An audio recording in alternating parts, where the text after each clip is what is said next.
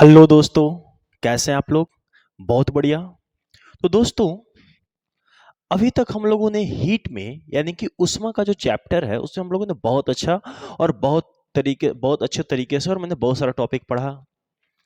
आज जो है वो टॉपिक पढ़ते पढ़ते आज हम लोग आ गए एक छोटी सी और बहुत ही प्यारी सी एक टॉपिक है, खूबसूरत टॉपिक है जिसका नाम है कैलोरीमेट्री का सिद्धांत। तो यानी कि आज जो है आज हम लोग पढ़ेंगे किसके किसके बारे में? तो कैलोरीमेट्री के सिद्धांत के बारे में। तो प्लीज अपने आसपास के सभी डिस्टरबेंस को बंद कर लें। ठीक है। दूसरी चीज कि जब भी आप ये वीडियो देख रहे हो, सुबह में, शाम में, दोपहर में, किसी भी वक्त, तो प्लीज अपने साथ कॉपी और पेन लेकर जरूर बैठें। क्यों? क्योंकि हुआ क्या कि जब आप वीडियो देखेंगे और आप अपना नोट खुद से बनाएंगे तो आपको एक अलग तरह की एक एक्सपीरियंस मिलेगी और वो आपके लिए बहुत ज्यादा बेनिफिशियल होगा। ठीक है। तो चलिए शुरू करते हैं। प्रिंसिपल ऑफ, इंग्लिश में बोलते हैं प्रिंसिपल ऑफ कैलोरीमेट्री और हिंदी में बोलते हैं भैया कैलोरीमेट्री का सिद्धांत। लेकिन एक कैलोरीमेट्री के सिद्धांत को शुरू करने से पहले कैलोरीमेट्री के सिद्धांत को शुरू करने से पहले हम पिछले जो टॉपिक में जो हमने कुछ पढ़ाया है हम उसको रिपीट करना चाहेंगे। जैसे ऊष्मा का डेफिनेशन, कि ऊष्मा का परिभाषा क्या होता है, ऊष्मा कैसे स्थानांतरित होती है, एक रीजन क्या होता है, हम इसके बारे में थोड़ी सी डिस्कशन करेंगे। इसके बाद फिर हम इस कैलोरीमेट्री के सिद्धांत के ऊपर आएंगे। फिर ये भी बताएंगे कि इससे न्यूमेरिकल कैसे बनते हैं, इसके ऊपर यानी कि कैलोरीमेट्री के सिद्धांत के ऊपर न्यूमेरिकल कैसे बनते हैं, ये सारे बातों के बारे में डिस्कस मैं करूंगा। लेकिन कब? थोड़ी सी प्रीवियस डिस्कशन के बाद। ठीक है दोस्तों। तो सबसे पहले हम बात करते हैं ऊष्मा। तो दोस्तों हमने बताया था, आपको याद हो या हो सकता है ना भी याद हो, हमने बताया था ऊष्मा जिसे इंग्लिश में क्या बोलते हैं? हीट। मैंने ऊष्मा के बारे में परिभाषा बताया था बच्चों, क्या? तो मैंने कहा था कि ऊष्मा ऊर्जा का ऊर्जा का रूप है। ऊष्मा क्या है? ऊर्जा का एक रूप है जो जो तापांतर तापांतर के कारण। अच्छा, तापांतर क्या होता है? आपको पता है तापांतर क्या होता है? तापांतर यानी कि तापमान में अंतर। तापमान में अंतर को हम क्या बोलते हैं? तापांतर बोलते हैं। तो ऊष्मा ऊर्जा का रूप है जो तापांतर के कारण एक बिंदु से दूसरे बिंदु दूसरे बिंदु तक एक बिंदु से दूसरे बिंदु तक स्थानांतरित होती है। स्थानांतरित होती है। ठीक है। ऊष्मा क्या है? तो ऊष्मा एक ऊर्जा का रूप है। एक्चुअली ऊष्मा क्या है? तो ऊष्मा एक प्रकार की ऊर्जा है, ऊर्जा की एक रूप है। ठीक है। और जो तापमान में अंतर के कारण एक जगह से दूसरी जगह, या फिर आप ऐसा कर सकते हैं कि एक बिंदु से दूसरे बिंदु तक क्या होती है? स्थानांतरित होती है। आप यूं समझे कि अभी गर्मी का टाइम है, मार्च का महीना है और गर्मी का टाइम है। अगर आप किसी के शरीर को टच करेंगे तो वो आपको ठंडा लगेगा। क्यों? क्योंकि आपके शरीर के सापेक्ष बाहर की तापमान यानी कि वातावरण की तापमान जो है वो ज्यादा है। अब आपके शरीर के जो आपका जो दिमाग है, शरीर में जो आपका क्या है, शरीर की जो एक हिस्सा है नर्वस सिस्टम जिसको हम तंत्रिका तंत्र बोलते हैं, वो क्या करता है कि उसे जैसे ही मालूम पड़ता है कि बाहर की तापमान ज्यादा है हमारे शरीर के सापेक्ष में, वो क्या करता है कि वो तुरंत हमारे दिमाग में एक हाइपोथैलेमस होता है, उस हाइपोथैलेमस को सिग्नल भेजता है कि भैया बाहर का तापमान क्या है? ज्यादा है। अब हाइपोथैलेमस आपके शरीर से स्वेटिंग यानी कि पसीना बहाना शुरू कर देता है, जिसकी वजह से आपका शरीर जो है वो ठंड हो जाती है। ठंड यानी कि आपका शरीर का तापमान कम हो जाता है और आपका शरीर ठंडा हो जाता है। बात समझ में आया? तो हम कब तापमान ज्यादा और कब तापमान कम की बात कर सकते हैं? तो हम ये कहीं ना कहीं दो बिंदु के बीच यानी कि दो बिंदु के सापेक्ष की बात कर सकते हैं। बात समझ रहे हैं मैं क्या कर रहा हूं? कि दो बिंदु के सापेक्ष किसका तापमान ज्यादा, किसका तापमान कम, ऐसा हम कहते हैं कि एक तरह से सापेक्षिक तापमान। बात समझ में आ रही है? एक तरह से सापेक्षिक तापमान की बात हो रही है। ठीक है, जैसे मान लो कि आपके पास में दो वस्तुएं, एक ए है और एक बी है। ए का तापमान जो है वो 40 डिग्री और बी का तापमान जो है वो 10 डिग्री। तो आपको कैसे पता कि इसका तापमान 40 है, इसका तापमान 10 है? तो आपने थर्मोमीटर से नापा होगा। लेकिन आपको कैसे पता कि ये गर्म है ठंडा? तो आपने कहा कि भैया बी के रिस्पेक्ट में, यानी कि बी के सापेक्ष में ए का तापमान क्या है, ज्यादा है। या फिर आप ऐसे भी कर सकते हैं कि ए के सापेक्ष में बी का तापमान क्या है, कम है। तो एक दूसरे के सापेक्ष में बात करते हैं तापमान की। बात समझ में आ रही है? तो तापांतर क्या होता है? तो तापमान में कितना कम हुआ, कितना ज्यादा हुआ, वो होता है तापांतर। या फिर किसका तापमान ज्यादा, किसका तापमान कम, तापांतर। तो ऊष्मा क्या है? तो ऊष्मा एक ऊर्जा का रूप है जो तापांतर के कारण एक बिंदु से दूसरे बिंदु तक स्थानांतरित होती है। या फिर आप ऐसे भी कर सकते हैं कि ऊष्मा क्या है? तो ऊष्मा एक ऊर्जा का रूप है जो तापांतर के कारण एक वस्तु से दूसरे वस्तु में स्थानांतरित हो सकती है। बात समझ में आया?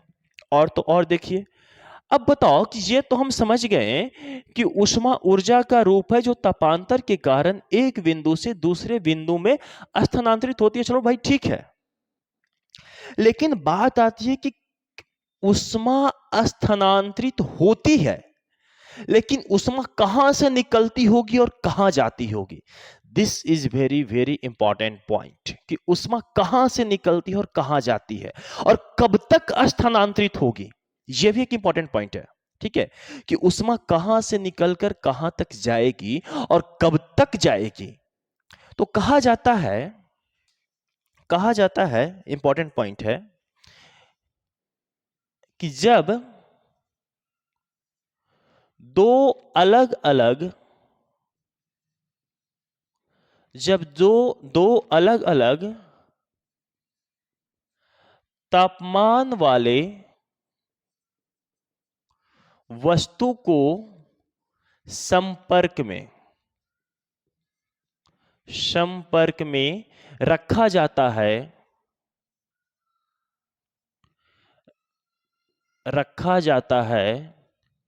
तो उच्च ताप वाले वस्तु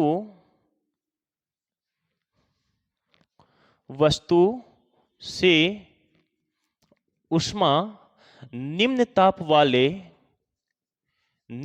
वाले वस्तु में स्थानांतरित होती है। वस्तु में स्थानांतरित होती है। समझ में आ गया? समझ में आया? यानी कि ऊष्मा रिलीज कौन करेगा, ऊष्मा निकालेगा कौन? तो मैंने कहा कि ऊष्मा जब दो वस्तु को संपर्क में रखेंगे तो उच्च ताप वाले वस्तु से ऊष्मा निम्न ताप वाले वस्तु में जा रही है। यानी कि ऊष्मा जो है वो मुक्त कौन कर रही है, ऊष्मा निकाल कौन रही है? तो उच्च ताप वाला वस्तु। और ऊष्मा अवशोषित कौन कर रही है? तो निम्न ताप वाला वस्तु। हम ऐसे भी कर सकते हैं कि ऐसे भी कर सकते हैं क्या, कि उच्च ताप वाला वस्तु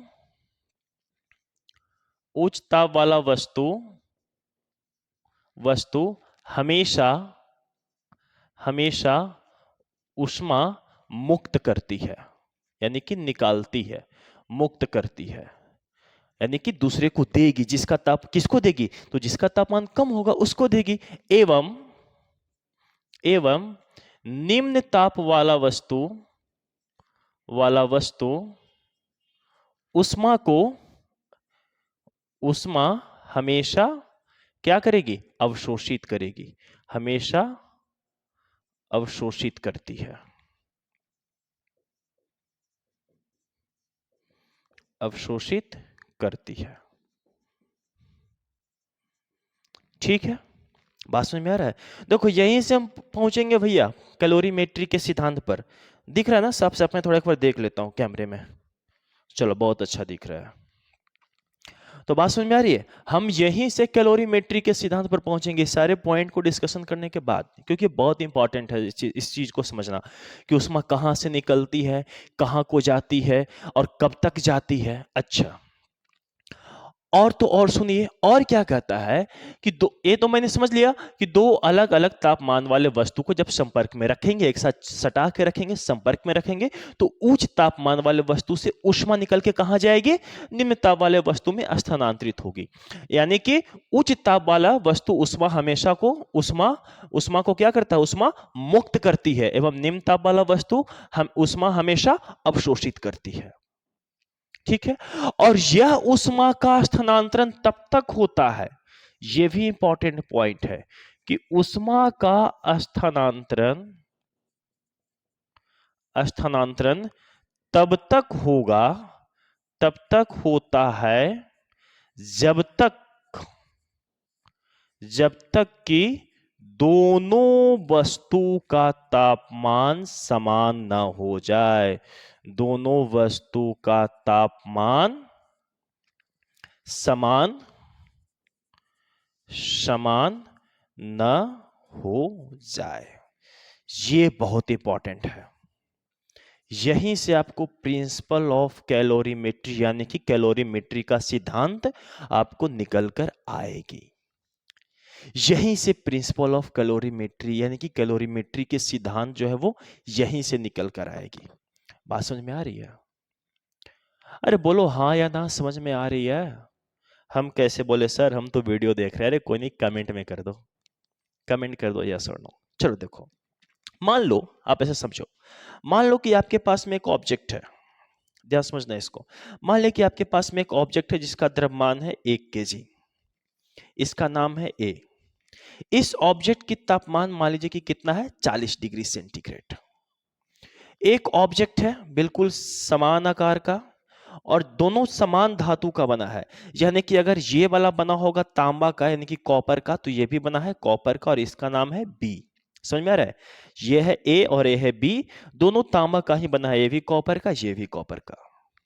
इसका द्रव्यमान भी कितना है? 1 केजी, और इसका तापमान है 10 डिग्री सेंटीग्रेड। अब बताओ कौन ठंडा और कौन गर्म है? इन दोनों वस्तु में से कौन वस्तु ठंडी होगी और कौन वस्तु गर्म होगी? बताओ जल्दी से।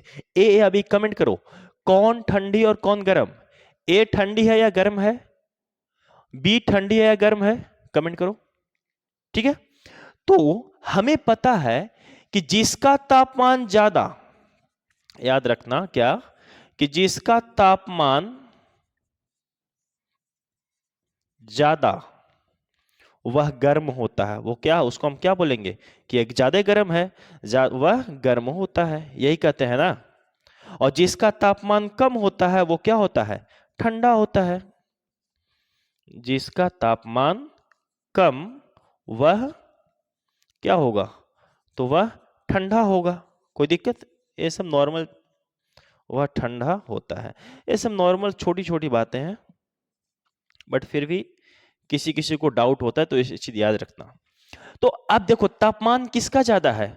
इन दोनों में से तापमान किसका ज्यादा है? ए और बी में से तापमान किसका ज्यादा है? ए का। और बी का तापमान क्या है? कम है।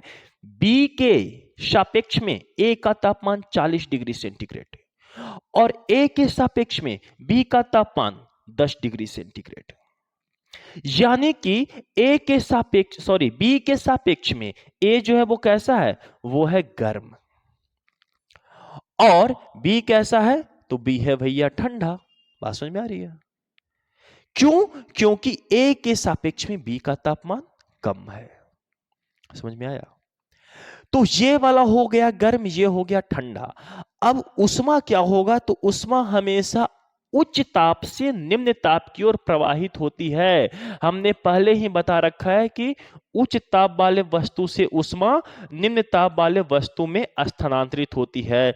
लेकिन दोनों को क्या करना पड़ेगा? दोनों को संपर्क में रखना पड़ेगा, क्योंकि जब दो अलग अलग तापमान वाले वस्तु को संपर्क में रखा जाए, दोनों देखो, इसका तापमान 40, इसका तापमान 10, दोनों अलग अलग तापमान वाला वस्तु है। अब दोनों को संपर्क में कराएंगे, तो संपर्क में कराओ कैसे? ऐसे देखो, ये एक वस्तु हो गई, ये इसका नाम क्या है, इसको यहां पे लेके आ गए ए को, जिसका द्रव्यमान कितना है 1 केजी। ठीक है, बी को इसके साथ में सटा के रख देना है, ये लो, इसके साथ में मैंने संपर्क में रख दिया बी को, इसका भी द्रव्यमान कितना था 1 केजी, यह है ऑब्जेक्ट बी। अब ए और बी दोनों संपर्क में हुआ, इसका तापमान पहले कितना था भैया 40 डिग्री सेंटीग्रेड, और इसकी तापमान पहले कितनी थी 10 डिग्री सेंटीग्रेड। अब ध्यान से समझना, यहाँ पे बहुत इंपॉर्टेंट, बहुत बहुत बेहतरीन बात समझाने जा रहा हूं, बहुत बेहतरीन, आराम से समझना।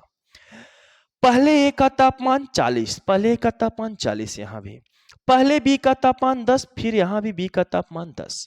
जब दोनों को संपर्क में रखा, दोनों को जब कांटेक्ट में रखा, और ध्यान रहे सबसे इंपॉर्टेंट बात, बहुत इंपॉर्टेंट बात, दोनों, सिर्फ ये दोनों वस्तु आपस में संपर्क में रहेगी, बाहर से आइसोलेटेड रहेगा, यानी कि बाहर से कुछ ऐसे पदार्थ से घिरा हुआ रहेगा कि उस पदार्थ से इसकी ऊष्मा बाहर ना जाए। बहुत इंपॉर्टेंट, समझना इसको, बाहर से इसको मैंने कुछ ऐसी एक पदार्थ से, मान लो कि प्लास्टिक से इसको घेर दिया, ताकि इसकी ऊष्मा जो है इन दोनों के वस्तु के अलावे बाहर के वातावरण में ना जाए।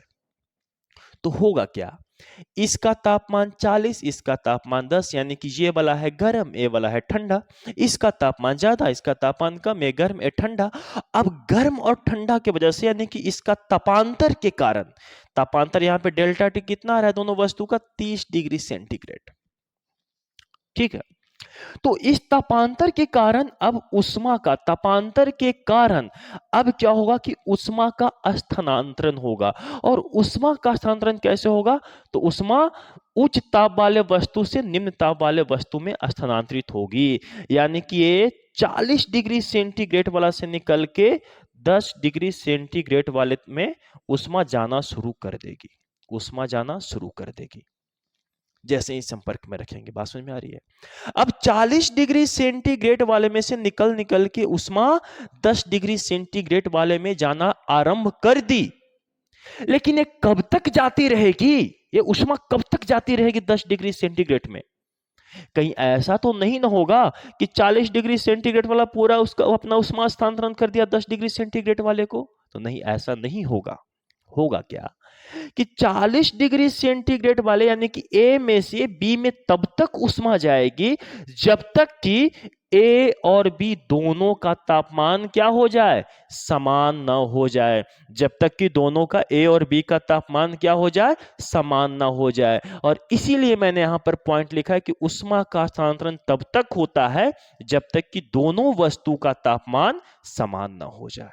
बात समझ में आया? यानी कि अगर हम ऐसा करें कि 40 डिग्री सेंटीग्रेड वाले में से अगर 15 डिग्री सेंटीग्रेड निकाल दें, 40, अच्छा एक चीज और, आपको कैसे पता कि दोनों में अब ऊष्मा का स्थानांतरण नहीं हो रहा है?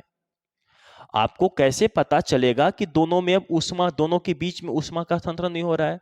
तो एक समय ऐसा आएगा कि दोनों का तापमान क्या हो जाएगा, बराबर हो जाएगा।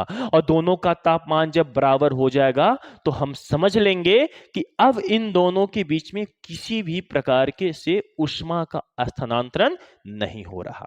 तो अगर हम 40 डिग्री सेंटीग्रेड वाले में से 15 डिग्री सेंटीग्रेड तापमान निकाल के और इस 10 डिग्री सेंटीग्रेड वाले को दे दे, यानी कि 10 डिग्री सेंटीग्रेड वाले को अगर तापमान हम दे दें कितना, 15 डिग्री सेंटीग्रेड, इसे 15 डिग्री सेंटीग्रेड क्या करेंगे और जोड़ देंगे, तो कितना हो जाएगा, अब इसके पास में हो जाएगा 25 डिग्री सेंटीग्रेड कुल तापमान। कितना हो जाएगा, 25 डिग्री सेंटीग्रेड।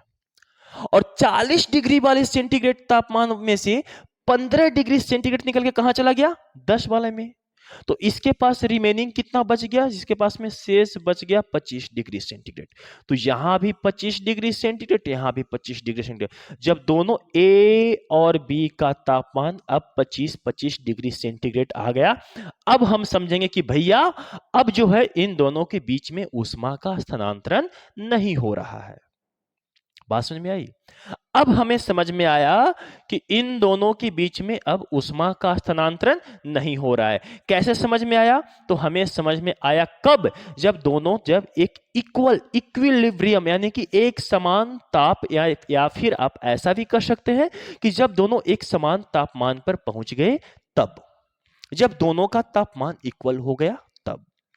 तो ये पॉइंट आप हमेशा याद रखें क्या, कि ऊष्मा ऊर्जा का रूप है जो तापांतर के कारण एक बिंदु से दूसरे बिंदु में स्थानांतरित होती है। दूसरा पॉइंट क्या है, कि जब दो अलग अलग तापमान वाले वस्तु को संपर्क में रखा जाता है, संपर्क में रखा जाता है, तो उच्च ताप वाले वस्तु से ऊष्मा निम्न ताप वाले वस्तु में स्थानांतरित होती है। ठीक है। और उसके बाद नेक्स्ट पॉइंट क्या है, उच्च ताप वाला वस्तु हमेशा ऊष्मा क्या करती है, मुक्त करती है। ऊष्मा मुक्त का मतलब क्या, कि ऊष्मा निकालती है, ऊष्मा देती है। ऊष्मा दे रही है, देखो इसका 40 था, ए का तापमान 40 था, ये ऊष्मा दे रहा है किसको, बी को, क्योंकि बी का तापमान पहले कितना था, 10 डिग्री सेंटीग्रेड। तो उच्च ताप वाला वस्तु ऊष्मा हमेशा मुक्त करती है और निम्न ताप वाला वस्तु ऊष्मा हमेशा अवशोषित करती है। और फिर नेक्स्ट पॉइंट क्या है, कि ऊष्मा का स्थानांतरण तब तक होगा जब तक कि दोनों वस्तु का तापमान इक्वल ना हो जाए, समान ना हो जाए। ठीक है। और ये तो बात नॉर्मल सी बात है कि जिसका तापमान ज्यादा वह गर्म होता है, जिसका तापमान कम वह ठंडा होता है। लेकिन जब एक तापमान पर आ जाएगा तो बोलने के दोनों का तापमान, यहां पे दोनों का तापमान क्या हो गया, समान हो गया। तापमान समान है। कब, जब 25 इसका और 25 इसका, क्योंकि जब 40 डिग्री सेंटीग्रेड वाला अपना 15 डिग्री सेंटीग्रेड तापमान निकाल के किसको दे दिया, 10 डिग्री सेंटीग्रेड को। समझ में आ गया, बात समझ में आई। अब यहीं से पूरी कहानी में से निकलती है कैलोरीमेट्री का सिद्धांत, कि कैलोरीमेट्री का सिद्धांत है क्या, कैलोरीमेट्री का सिद्धांत है क्या। ए वाला इंपॉर्टेंट, बहुत इंपॉर्टेंट, बहुत बेहतरीन पॉइंट है। क्या, ऊष्मा एक ऊर्जा का रूप है। एक्चुअली में यहां पर जो ऊष्मा जो स्थानांतरित हो रहा है, बात को समझना। देखो फिजिक्स क्या है, कि जितनी पीसफुल माइंड से और जितने आराम से और जितने अच्छे से पढ़ोगे ना, उतना ज्यादा समझ में आएगा। देखो अब एक बात बताओ, हो क्या रहा है कि ऊष्मा निकल रही है 40 डिग्री सेंटीग्रेड वाले में से, ऊष्मा जा कहां रही है, 10 डिग्री सेंटीग्रेड वाले में, यानी कि ए से ऊष्मा निकल के बी में जा रही है। बात सही है। अब यहां पर बात आती है कि हमने कहा कि ऊष्मा एक ऊर्जा का रूप है। एक्चुअली में ऊष्मा जो जा रही है, एक्चुअली में ऊष्मा तो जा ही रही है, बट वो जा क्या रही है, तो वो ऊर्जा के रूप में जा रही है। हम डायरेक्ट ऊष्मा को जाते हुए नहीं देख सकते, ऊष्मा जा रही है ऐसा नहीं, ऊर्जा जा रही है। ऊर्जा, यहां से ऊर्जा निकल निकल के बी में जा रही है। ए में से ऊर्जा निकल निकल के बी में जा रही है। बस ऊर्जा ने क्या किया है, अपना रूप को परिवर्तित कर लिया है। किस रूप में हो गया है, ऊष्मा के रूप में, जिसे हम गर्म और ठंडे के रूप में महसूस कर रहे हैं। बात समझ में आई। चलिए जल्दी से आप इसका स्क्रीनशॉट लीजिए, फिर मैं आगे की बात करता हूं। Take a screenshot. हो गया। चलिए नेक्स्ट। अब हम आएंगे बच्चों कैलोरीमेट्री के सिद्धांत पर। बहुत ही सिद्धांत है, बहुत बेहतरीन है। समझ में आ रहा है। अरे यार कमेंट तो कर दिया करो, समझ में आ रहा है नहीं, कमेंट तो कम से कम कर दिया करो। चलो ठीक है। रम तररम तरमस्ते मस्ते तररम तरमस्ते मस्ते तररम तररम दम, ओ हमदम बिन तेरे क्या जीना। चलो कैलोरीमेट्री के सिद्धांत के बारे में डिस्कशन करें। तो कैलोरीमेट्री का सिद्धांत, अब हम आ गए हैं किसके ऊपर, सिद्धांत के ऊपर। कैलोरीमेट्री का सिद्धांत सिर्फ एक लाइन, बहुत छोटा, बहुत इजी, बहुत आसान है। कैलोरीमेट्री का सिद्धांत कहता है भैया क्या, तो कैलोरीमेट्री का सिद्धांत कहता है एक चीज और, फिर से एक बार मैं रिपीट कर दूं। ऊष्मा मुक्त कौन करेगी, उच्च ताप या निम्न ताप, उच्च ताप मुक्त करेगी। अभी जस्ट बताए थे कि ऊष्मा कौन मुक्त करती है, उच्च ताप वाला वस्तु। और उच्च ऊष्मा अवशोषित कौन करती है, निम्न ताप वाला वस्तु। अभी जस्ट मैंने बताया था। तो बस यही तो कहता है कैलोरीमेट्री का सिद्धांत। क्या कहता है, तो कहता है कि उच्च ताप वाले वस्तु द्वारा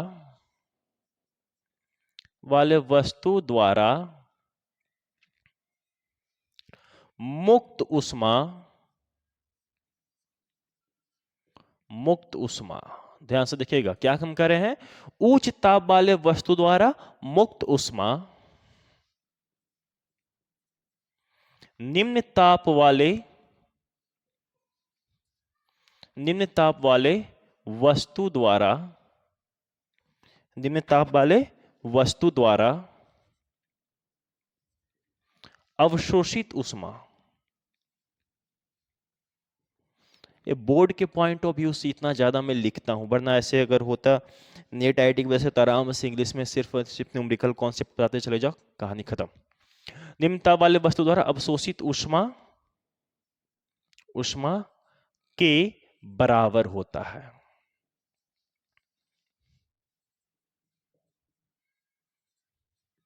बस सिंपल सा।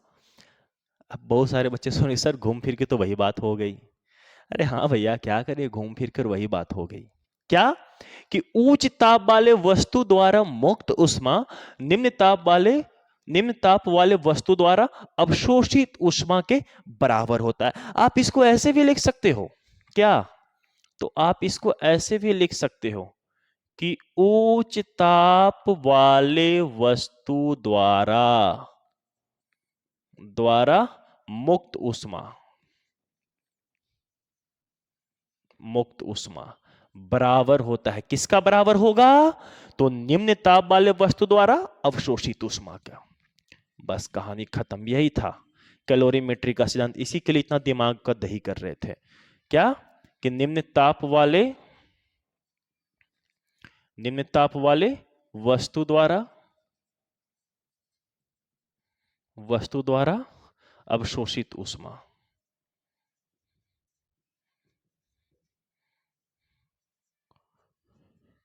लाइट कटी है, इन्वर्टर के बल्ब के ऊपर काम कर रहे हैं, क्या नजर आ रही ना सबको?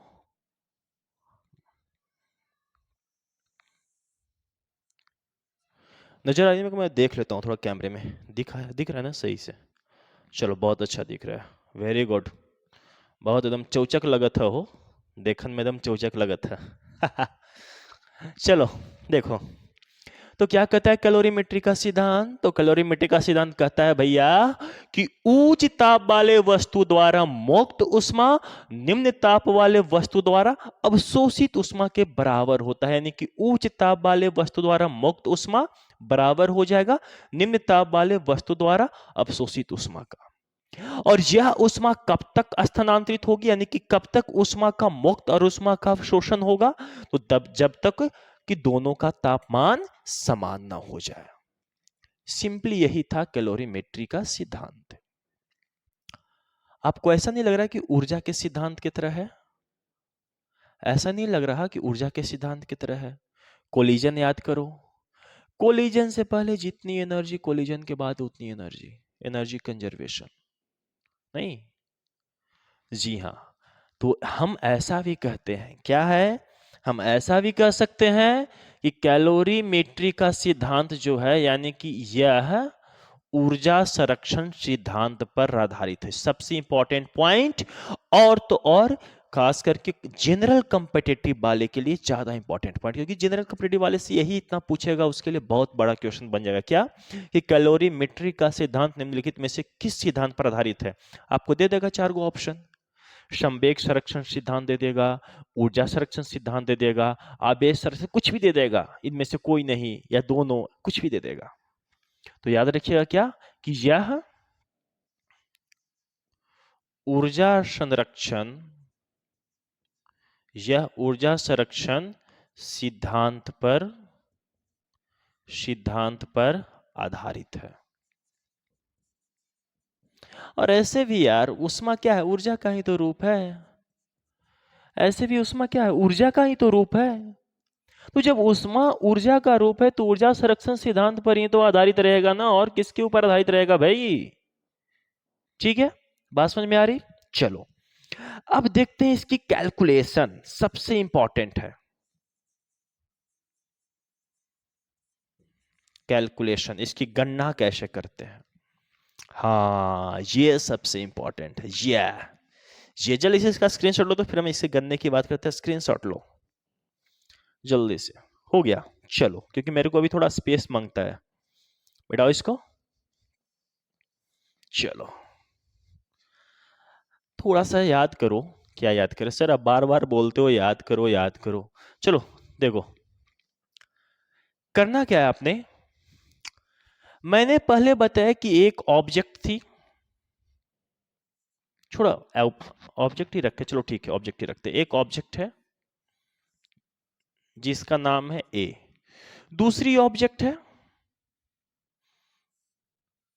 जिसका नाम है बी।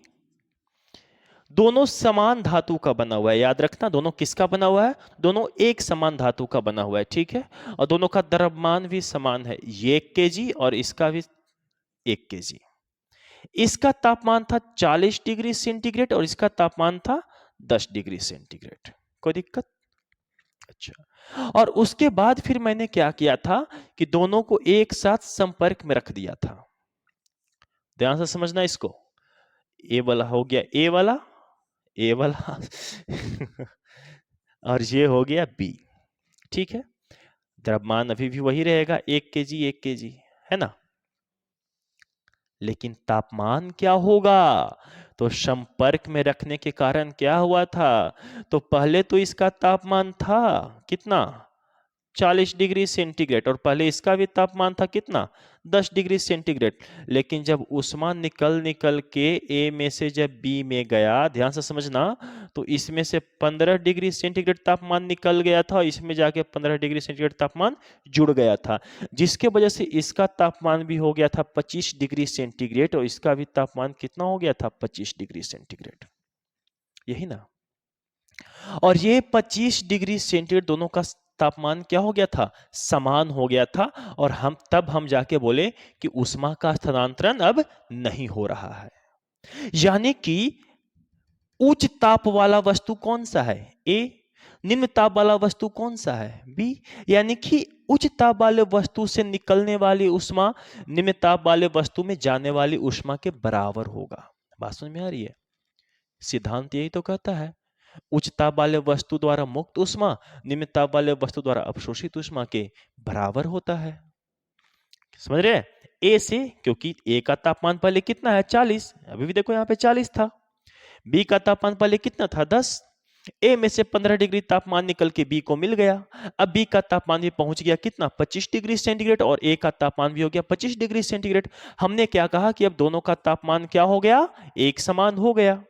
यानी कि अब दोनों के बीच में किसी भी प्रकार की ऊष्मा का स्थानांतरण नहीं हो रहा। यानी कि ए द्वारा जितना ऊष्मा मुक्त किया गया वो सब के सब ऊष्मा कहां गया, तो वो सब के सब ऊष्मा को अवशोषित कर लिया किसने, बी ने, ठीक है। अब यहां पे आते हैं थोड़ा सा न्यूमेरिकल बेसिस पर।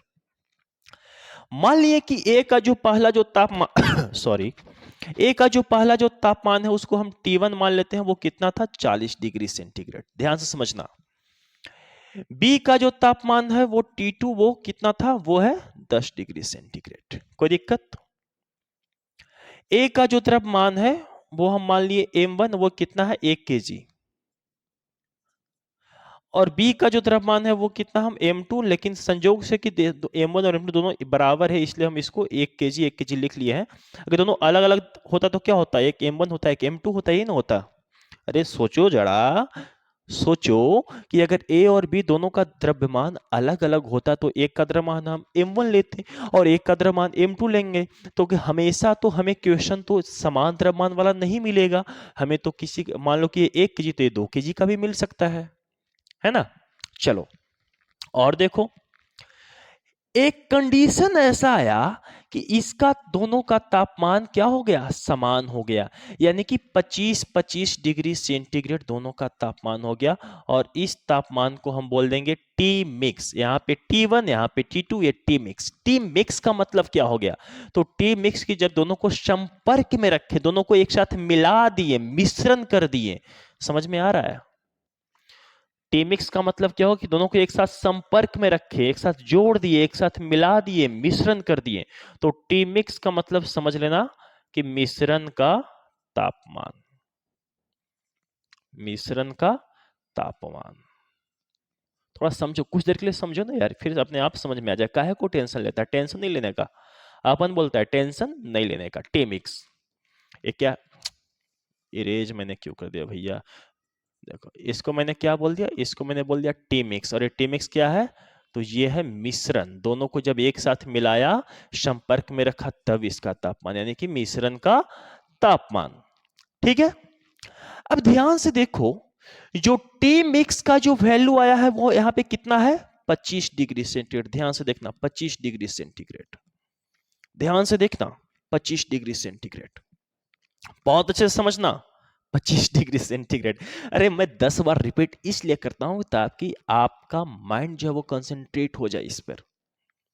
समझ में आ रहा है, क्योंकि मैं जितना ज्यादा रिपीट करूंगा आपका माइंड उतना बार आपके माइंड में वो वर्ड जाएगी, और जाके जब आपके दिमाग से टकराएगी तो आप उस वर्ड के ऊपर फोकस करोगे।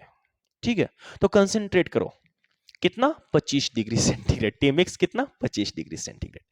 अब ध्यान से देखो, पहले ए का तापमान कितना था, 40 डिग्री सेंटीग्रेड, बाद में कितना हो गया संपर्क में रखने के बाद, 25 डिग्री सेंटीग्रेड। पहले ए का तापमान कितना था, 10 डिग्री सेंटीग्रेड, बाद में इसका तापमान कितना हो गया, 25 डिग्री सेंटीग्रेड। क्या बात है, दोनों का तापमान बराबर हो गया, टेमिक्स। हमसे क्या कहता है प्रिंसिपल ऑफ कैलोरीमेट्री, कि उच्च ताप वाले वस्तु द्वारा मुक्त उष्मा बराबर होता है निम्न ताप वाले वस्तु द्वारा अवशोषित उष्मा का। उच्च ताप वाले वस्तु द्वारा मुक्त उष्मा बराबर होती है निम्न ताप वाले वस्तु द्वारा अवशोषित उष्मा का। यानी कि ए में से जो उष्मा निकल निकल के गई, बी ने उसको अवशोषित करते गया, यानी कि ए में से जितनी उष्मा निकली होगी उतना ही उष्मा बी में गई होगी, और तब जाकर दोनों का तापमान बराबर आ गया होगा, और उसी तापमान को हम बोल दिए मिश्रण का तापमान, टेमिक्स। बात समझ में आया? उच्च ताप वाले वस्तु द्वारा मुक्त उष्मा बराबर होती है निम्न ताप वाले वस्तु द्वारा अवशोषित उष्मा का। यानी कि ए में से जितनी उष्मा निकली होगी वो सारी उष्मा चली गई होगी बी में, यानी कि ए द्वारा निकलने वाली सारी की सारी उष्माएं बी द्वारा अवशोषित उष्माएं के बराबर हो गई, और ये बराबर होते होते एक कंडीशन आई कि ए और बी दोनों की उष्मा बराबर हो गई, और तब उसका तापमान बराबर हो गया, और हम बोल दिए इसको टेमिक्स यानी कि मिश्रण का तापमान। तो ए ने जितना उष्मा मुक्त किया होगा, बी ने उतना ही उष्मा अवशोषित किया होगा। बात समझ में आ रहा है? ए ने जितनी उष्मा मुक्त की होगी, बी ने उतना ही उष्मा क्या किया होगा, अवशोषित किया होगा। ठीक है, तो ए द्वारा मुक्त उष्मा की हम अगर बात करें, ए द्वारा मुक्त उष्मा, ए द्वारा मुक्त उष्मा को हम मान लेते हैं Q1, और Q1 तो Q बराबर है Q1 QA, Q का मतलब क्या हो गया, उष्मा, और A का मतलब A द्वारा। तो A द्वारा कितना उष्मा मुक्त हुआ है, तो हम कैसे निकालेंगे, उष्मा बराबर Q बराबर क्या लिखते हैं, तो लिखते हैं Q बराबर MC डेल्टा T। पहले से बता चुके हैं भाई, A में क्या होता है, तो जिस वस्तु से या जिस पदार्थ से उष्मा मुक्त हो रही है उसका द्रव्यमान। C क्या होता है, तो उस पदार्थ की विशिष्ट उष्मा, जिसके बारे में मैंने पहले डिस्कस कर रखा है, जिसके बारे में C के बारे में हमने पहले डिस्कशन कर लिया। अगर आपने अभी तक वीडियो नहीं देखा तो जाकर देख लो भाई, लानत है तुम पर अगर अभी तक आपने वो वीडियो नहीं देखा तो जाकर देखो। C क्या है, विशिष्ट उष्मा। विशिष्ट उष्मा क्या होती है, तो हर पदार्थ की एक अपनी एक कैपेबिलिटी होती है, अपनी एक एबिलिटी होती है कि वो 1 डिग्री तापमान को बढ़ाने के लिए उसे कितनी उष्मा चाहिए, 1 डिग्री तापमान को बढ़ाने के लिए कितनी उष्मा चाहिए, वो कौन बताएगा, वो सी ही बताएगा। जैसे मान लीजिए कि सी ऑफ वाटर, पानी का सी का वैल्यू होता है 4 पॉइंट, समझ लो थोड़ा सा, 4.2 जूल पर ग्राम डिग्री सेंटीग्रेड, मतलब कि 1 ग्राम पानी के तापमान को 1 डिग्री सेंटीग्रेड बढ़ाने के लिए 4.2 जूल उष्मा की आवश्यकता होगी, क्योंकि ये सी ऑफ वाटर इतना होता है। ठीक है, तो ये सब खैर, तो इसके बारे में डिस्कशन नहीं करेंगे क्योंकि अब मैंने ऑलरेडी पहले से कर रखा है। अगर अभी तक आपने वीडियो नहीं देखा तो वो आपकी गलती है, अब जाकर देख लो। अच्छा, तो यहां पर जिस पदार्थ की वस्तु, यहां पे जिस पदार्थ की ये वस्तु बनी होगी इसकी कुछ एक अलग अपना C1 होगा, इसकी एक अलग अपनी विशिष्ट उष्मा होगी, इसको हम मान लिए C1। और जिस पदार्थ का B बना होगा उसकी एक अलग विशिष्ट उष्मा होगी, उसको हम बोल दिए C2। ध्यान से समझना, ये C1 है C2। यानी कि ए की विशिष्ट ऊष्मा कितना हो गया C1 और बी की विशिष्ट ऊष्मा C2। संयोग से यहां पर दोनों एक ही पदार्थ का बना है वो अलग बात है, हमने दोनों एक ही पदार्थ का ले लिया वो अलग बात है, लेकिन कोई जरूरी नहीं, हो सकता है कि कभी ये आपको तांबा का या एल्युमिनियम का मिल जाए, समझ रहे हो ना। तो इसलिए मैंने C1 और C2 लेके अलग अलग विशिष्ट ऊष्मा के ऊपर हमें इस फॉर्मूला का निर्माण करेंगे, ठीक है। चलो देखो, तो यहां पे ए द्वारा मुक्त उष्मा, ए कितना उष्मा मुक्त करेगी, तो एम सी डेल्टा टी। तो एम किसका, तो ए का एम, ए का एम यानी कि ए वस्तु ए का द्रव्यमान कितना है m1, वस्तु ए का सी यानी कि विशिष्ट उष्माधारिता कितना है C1। अब बात आती है डेल्टा टी, डेल्टा टी, तो यह सबसे इंपॉर्टेंट है। डेल्टा टी क्या होता है भैया, तापांतर, तापमान में अंतर। अब हम कैसे निकालेंगे, सो देखो डेल्टा टी क्या हम लिखेंगे, T1 माइनस T2 लिखेंगे, क्या T2 माइनस T1 लिखेंगे, क्या लिखेंगे, तो डेल्टा टी देखो हम क्या लिखेंगे, ए के लिए यहां पे हम यहां पे लिख रहे हैं, इस तरफ ऐसे लाइन खींच दो, इस तरफ लिखेंगे ए के लिए डेल्टा टी और इस तरफ हम लिखेंगे बी के लिए डेल्टा टी। ए का पहले तापमान कितना था भैया 40 डिग्री सेंटीग्रेड, बाद में कितना तापमान हो गया 25 डिग्री सेंटीग्रेड, समझ में आया, ये हुआ डेल्टा टी। ना कि 40 से 15, वो रिलेशन नहीं, वो रिलेशन नहीं, गलत हो जाएगा। पहले इसका तापमान ए का था कितना 40 डिग्री सेंटीग्रेड, बाद में तापमान कितना हो गया 25 डिग्री सेंटीग्रेड, और इसको हम नाम क्या दे दिए हैं टी मिक्स। तो हम क्या इसको लिख सकते हैं डेल्टा टी के लिए, हम ए के लिए क्या लिख सकते हैं कि पहले इसका तापमान था 40 यानी कि T1 और बाद में इसका तापमान कितना हो गया 25 यानी कि टी मिक्स। तो तापमान में अंतर कितना का हुआ, तो 40 में से 25 माइनस कर दो 15 का अंतर हुआ, समझ में आया। यहां पे देखो पहले इसका तापमान बी का कितना था 10 डिग्री सेंटीग्रेड, बाद में इसका तापमान कितना आ गया 25 डिग्री सेंटीग्रेड। तो 25 डिग्री सेंटीग्रेड बाद में इसका तापमान आ गया यानी कि टी मिक्स, और पहले कितना था 10 डिग्री यानी कि T2। तो टी मिक्स कितना है, टी मिक्स कितना है 25, और बाद में कितना, और पहले कितना था 10, तो फिर से कितना 25 में 10 15 का, वही 15 वाला छुपा रुस्तम है जो दोनों को इधर उधर करके दोनों को बराबर कर दिया। छुपा रुस्तम में 15 डिग्री तापमान है।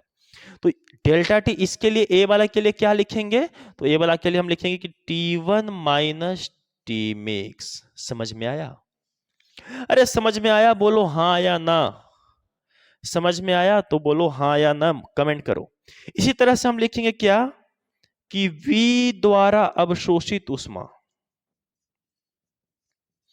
बी द्वारा अवशोषित ऊष्मा किसके बराबर QB, QB क्या हो जाएगा, तो M2 यानी कि दूसरे का द्रव्यमान, C2 यानी कि दूसरे की गुप्त ऊष्मा, और इसका तापांतर क्या लिखेंगे, तो इसका तापांतर हो जाएगा यहां पर T मिक्स माइनस T2।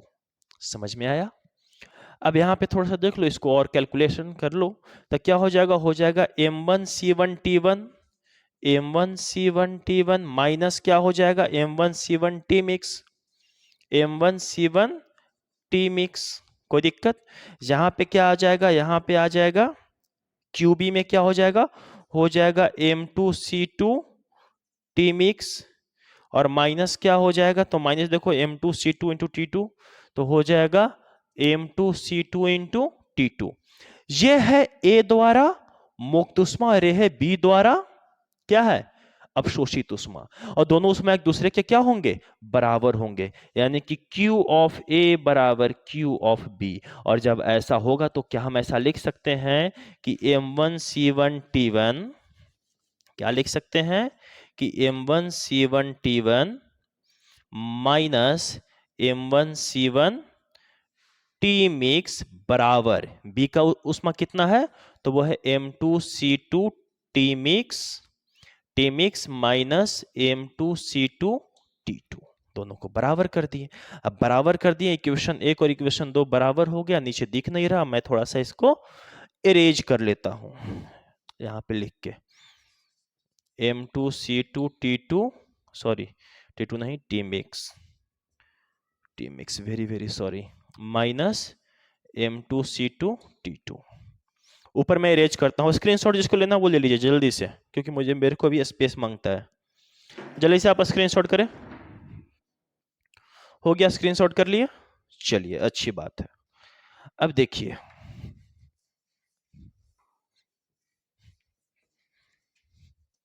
हटाओ ये सब की अब कहानी खत्म हुई, समाप्त होगी।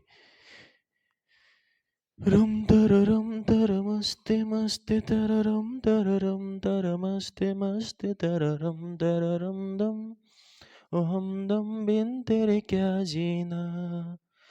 तो इसको हम ऊपर में लिख लेते हैं, क्या है? तो ऊपर में है कि M1C1 T1 माइनस